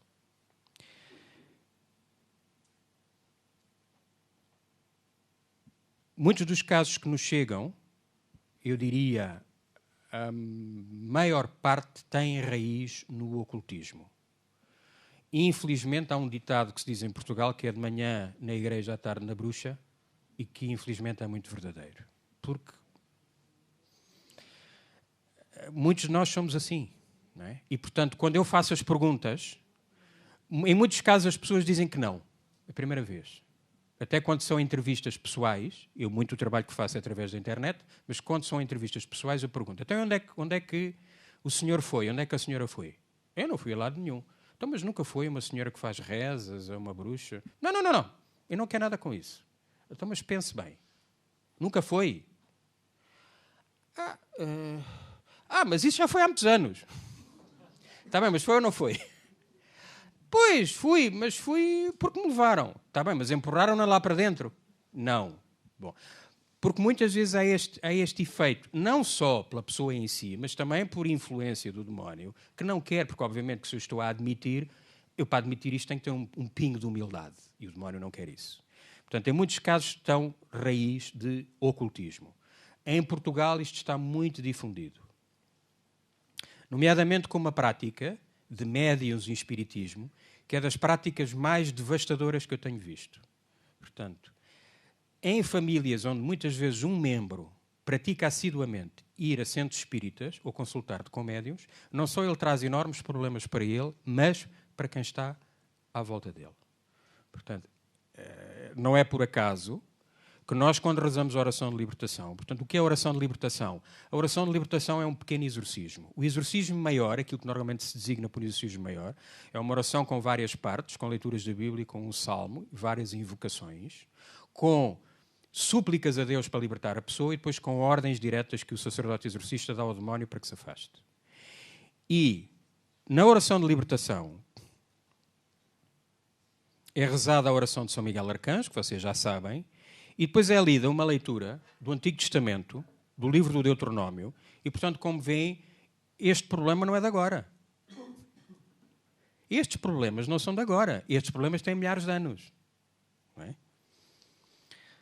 Esta é uma leitura muito conhecida, é do livro do Deuteronómio, 18. Eu vou ler daqui, que é mais simples. É Deuteronómio 18.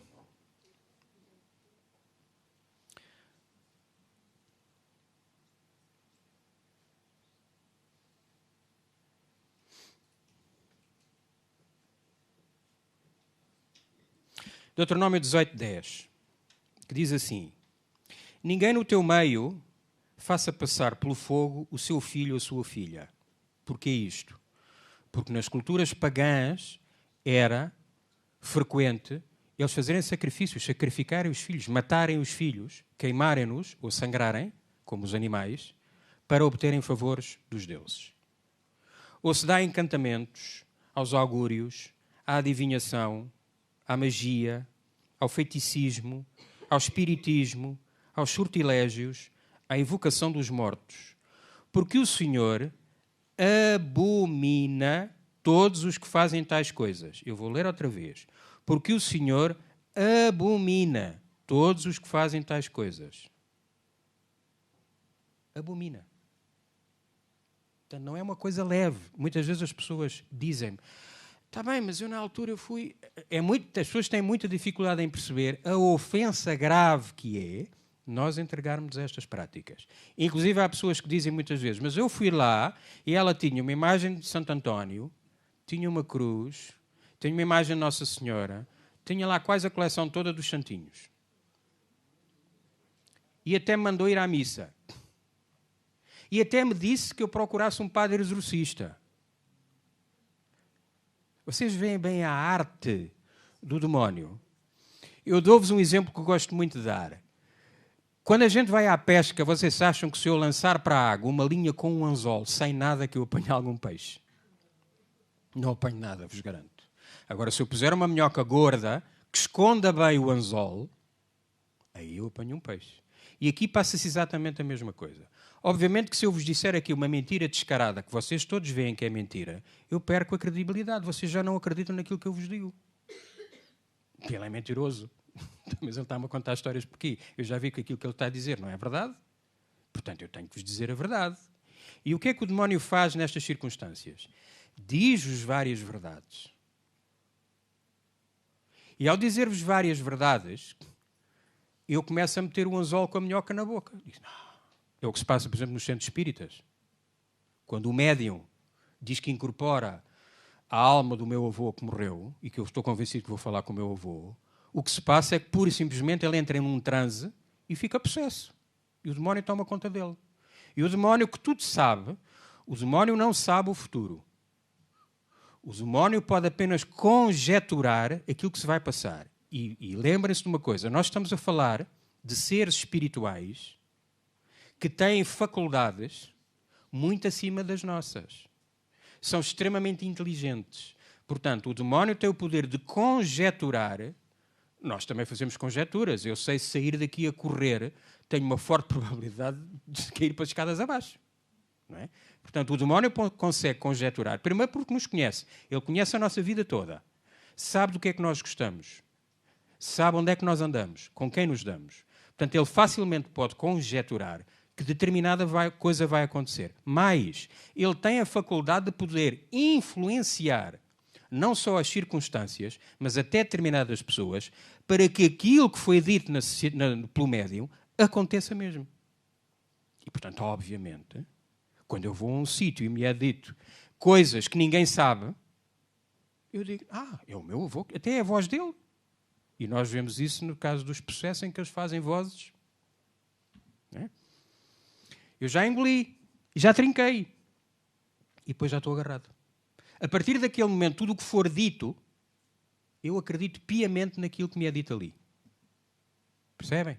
Portanto, este é o engano. Este é o engano. E relacionado com isto, faço-vos uma pergunta que eu normalmente faço quando falo mais em pormenor do ocultismo das terapias alternativas. É legítimo que eu tenha a cura a qualquer preço? Vejam, eu tenho um filho que está doente, os médicos já me desenganaram. Eu tenho alguém que me diz, eu fui àquela senhora que fez uma reza sobre o meu filho também estava doente e ele hoje está bom. Eu não levo lá o meu filho? Então, mas que pai sou eu?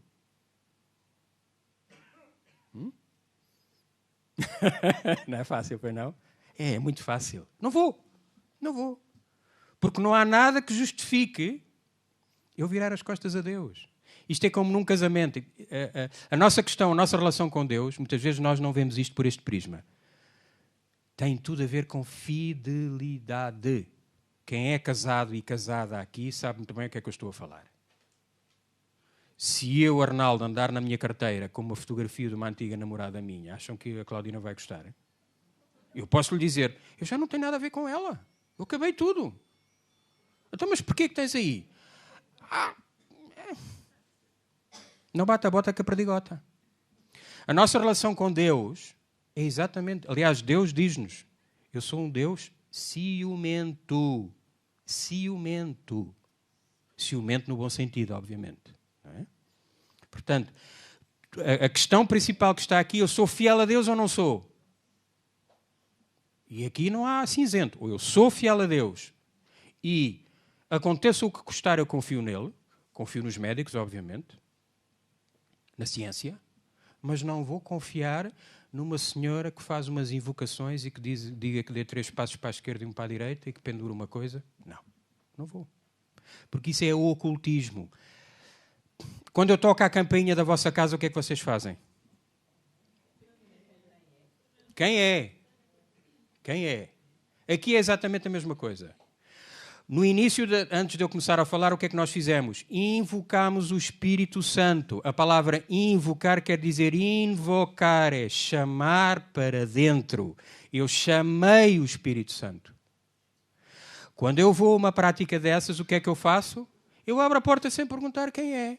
Porque ninguém me sabe dizer quais são as forças que eu estou a invocar para conseguir aquilo que eu quero. Ninguém sabe. Depois eu sei mais à frente através do que é que acontece. E digo-vos que o diabo é o melhor cobrador que eu já vi. Nunca se esquece. Cobra sempre. E, portanto, naqueles casos que eu falei de pessoas que dizem mas eu levei lá ao meu filho e ele ficou melhor. A pergunta que vocês têm que fazer sempre é Durante quanto tempo? Porque vos garanto que, invariavelmente, ao longo do tempo, haverá uma altura em que ele começa outra vez a ficar doente e fica pior. Não só ele, mas toda a família que recorreu ao ocultismo. Resumindo, não vale a pena. Não vão. Esqueçam. Esqueçam. Porque é uma autoestrada para o inferno. É metermos com coisas que nós nem sonhamos. O efeito que tem. E acreditem, meus queridos irmãos e minhas queridas irmãs, a mim dói-me profundamente. Não julguem que é agradável passar horas, porque eu rezo por pessoas, quer por telefone, quer presencialmente, passar horas a ouvir os guinchos e os berros dos demónios. Não é agradável. E ver o sofrimento a que as pessoas são sujeitas. Não é agradável. E porquê? Porque em muitos casos nunca lhes foi dito.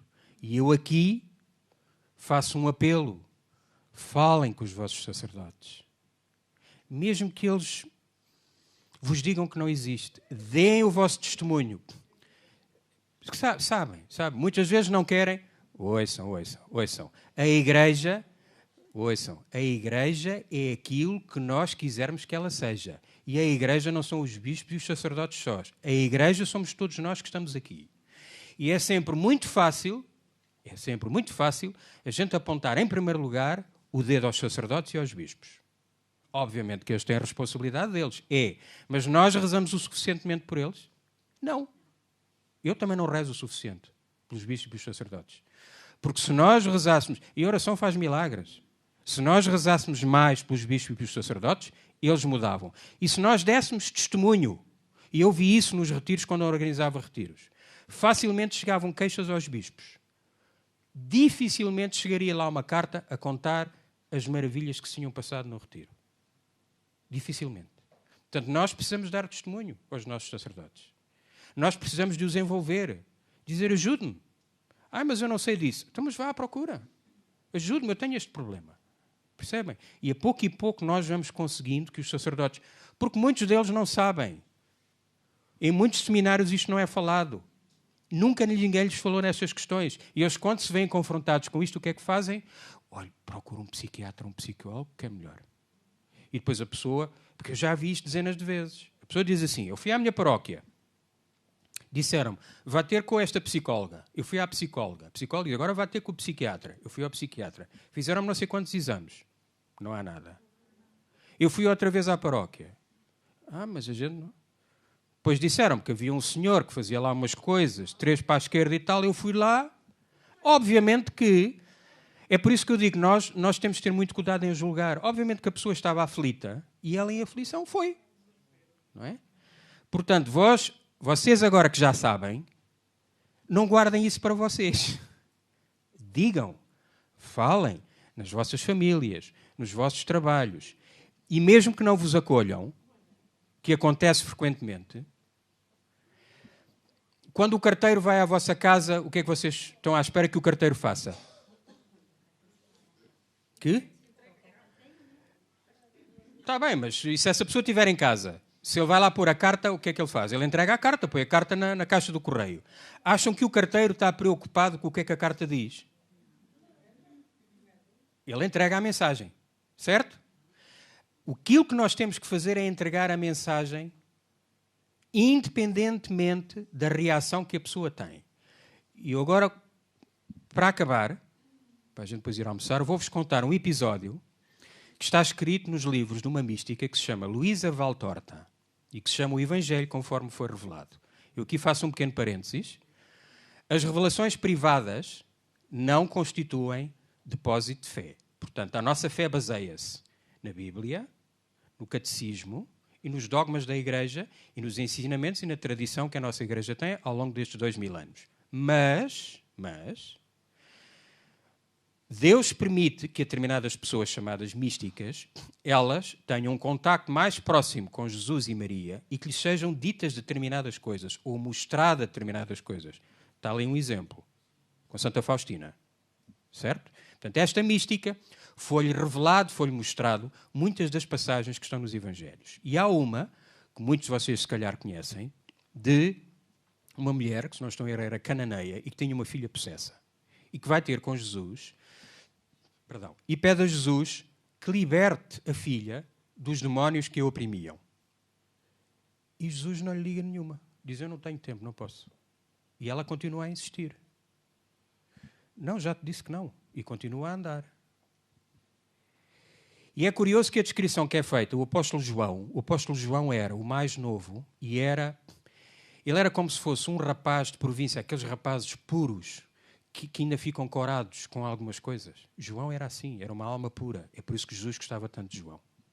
E João começa com as lágrimas nos olhos a ver porque que o meu querido Jesus, que cada vez que entrava numa aldeia ou numa vila, era o primeiro a dizer e a acolher os doentes e a curar e expulsar os demónios, e tinha toda a paciência do mundo para aquela gente toda, porque que ele está a tratar esta mulher assim? Ele não entendia. Aquilo não estava de acordo com o Jesus que ele conhecia. E a mulher continuava a insistir. Até que, a certa altura, Jesus diz, eu vim para os filhos. Portanto, eu vim para os judeus, era isso que ele queria dizer, para o povo eleito, para os judeus. E nessa altura ela diz, portanto, e não é lícito que se dê o pão, tirar da boca dos filhos, para dar aos cães. E é nessa altura que ela diz, sim, mas até os cãezinhos, os cachorrinhos, comem as migalhas que caem da mesa.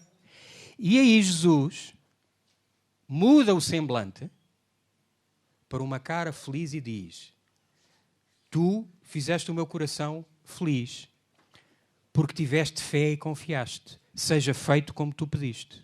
A tua filha está liberta, está curada, vai em paz para casa. Ora bem, o que é que os apóstolos fizeram? Chegaram ao pé de Jesus e disseram-lhe assim, então, mas se era para teres feito isto que fizeste aqui, porquê que não fizeste lá atrás? Porquê que fizeste andar a mulher a sofrer este caminho todo? É legítimo, não é? Porquê que ele fez? A mulher sofrer aquilo tudo. E Jesus diz, para vos ensinar a vocês uma lição.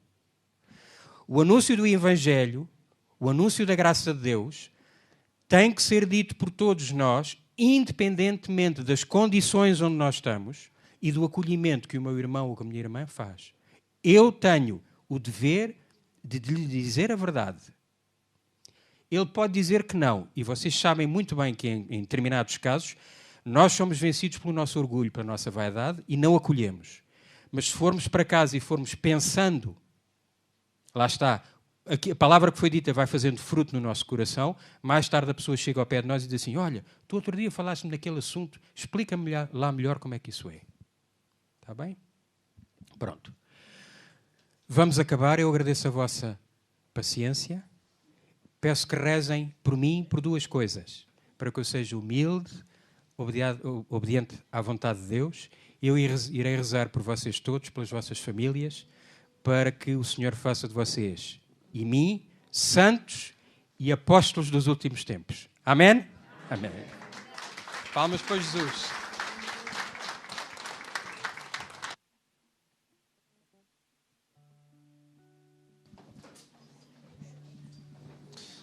Então, em honra de São Miguel Arcanjo, Santa Maria de Betlém, a pequena árabe, um dia o demónio diz, tens ali aquela tua alma que achas que é tão santa, desafiou a Deus, diz, dá-me 40 dias que eu vou destruí-la. E ela ficou possessa durante 40 dias. As próprias irmãs da comunidade dela diziam que ela deitava fumo do corpo e que às vezes parecia mesmo um braseiro a pele. Ao fim de um dia, o demónio disse a Deus, tira-me daqui que eu não aguento. Então porquê? Ela está sempre a rezar. Isto para mim é um martírio. E Deus responde, pediste 40 dias, 40 vais ter. No 40º, ela ficou liberta. Outra coisa importante, o Dr. César Martins, há muita gente que na guarda leva intenções junto da imagem. Ele era espírita, não é? Pessoas que lhe pedem ajuda, ele era espírita, invocava os mortos para curar as pessoas, portanto é um dos grandes enganos cá na nossa diocese. As pessoas têm livros dele, imagens deles em casa, não, portanto é um engano. Outra coisa, sobre este tema que o Arnaldo falou, temos alguns livros também, temos este do Padre Duarte, Deus está a salvar-me e a libertar-me do mal, portanto quem quiser pode adquirir. Depois disto, alguém precisa de se confessar?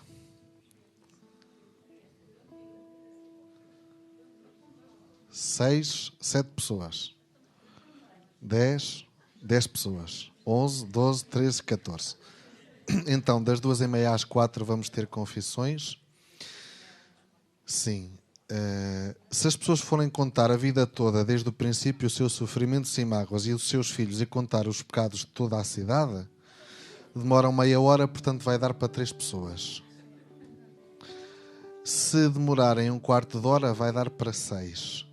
Se fizerem o exame de consciência, segundo os mandamentos, e disserem, Padre, eu pequei nisto, nisto, nisto e nisto, estas vezes. São estes os meus pecados. Aí vai dar para confessar as 15. O tempo de confissão nunca depende de mim. Porque, neste caso hoje, a confissão não é para se fazer direção espiritual. Isso é para marcar 1 hora à tarde. Há pessoas que falam até 3 horas. 3 horas, não é? Portanto, a confissão é para confessar. Portanto, o confessar as pessoas todas que precisam e que têm pecados graves depende de vós. Está bem? Eu gosto sempre de dizer isto porque é importante, porque eu quero confessar todas as pessoas. Mas se as primeiras 3 pessoas falarem meia hora, só vai dar para essas 3. Está bom? Portanto, exame de consciência. Tem os folhetos, os 5 folhetos que os servos de Maria vos deram. Quem tem mais dificuldades está lá um folheto de preparação. Está bem? Das 2h30 às 4. Depois vós, às 2h30, juntamos-nos aqui. Está bom? Para o louvor, o texto da misericórdia a partir das 3 menos 10 até às 3h05. E depois vós próprios introduzis a irmã Camila. Ela já é da casa também, está bem? Para ela falar de Jesus misericordioso a Santa Faustina. Depois, ao fim do seu apresentação, chamais-me, está bem?